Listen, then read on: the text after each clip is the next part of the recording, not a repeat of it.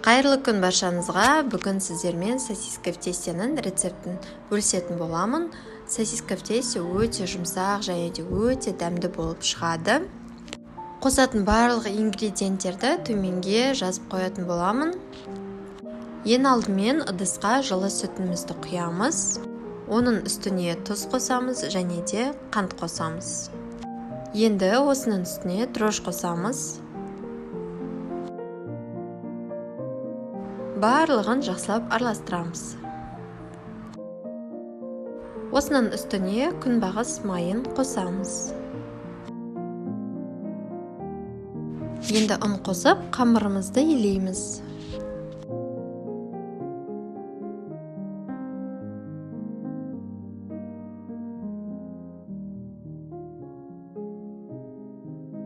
Біздің қамырымыз осылай шықты. Енді оның үстін пищевой пленкамен немесе крышкамен жауып қоямыз.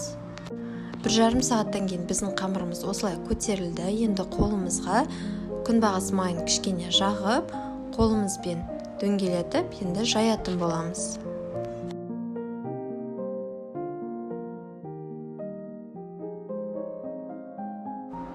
Столдың бетіне ұн сепудің қажеті жоқ. Қолдарыңызды тек күнбағыс маймен майласаңыздар жеткілікті, себебі соның арқасында қамыр жабыспайтын болады. Қамырымызды жайған кезде оның қалыңдығы 3 немесе 4 мм болуы қажет. Қамырымызды жайып болғаннан кейін видеода көрсетілгендей етіп кесіп шығамыз. Майда бөліктерге бөлеміз.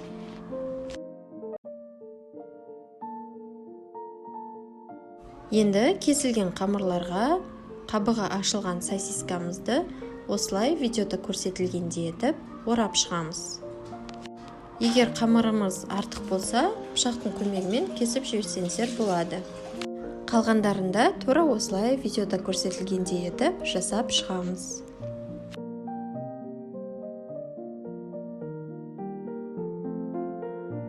Ешқандай қиындығы жоқ, тек қана сосисканы алып, қамырды осылай видеода көрсетілгендей етіп бұрап шықсаңыздар, бізде сосиска в тесте шығады.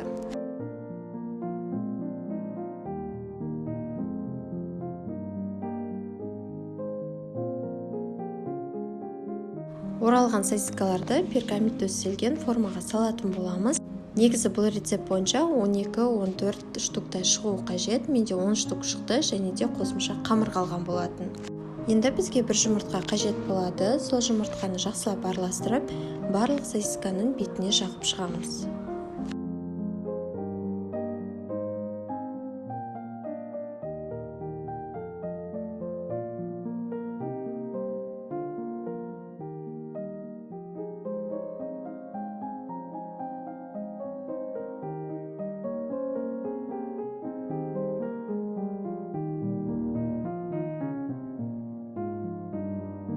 Барлық сосискелерге жұмыртқаны жағып болғаннан кейін оның үстіне сәндік үшін күнжутты сепсеңіздер болады.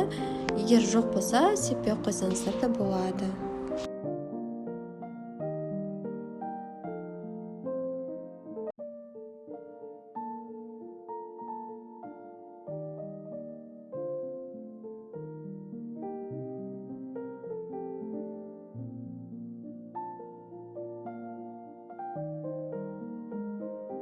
Енді қызып тұрған 180 градус духовкаға 30 немесе 40 минутқа пісіріп аламыз.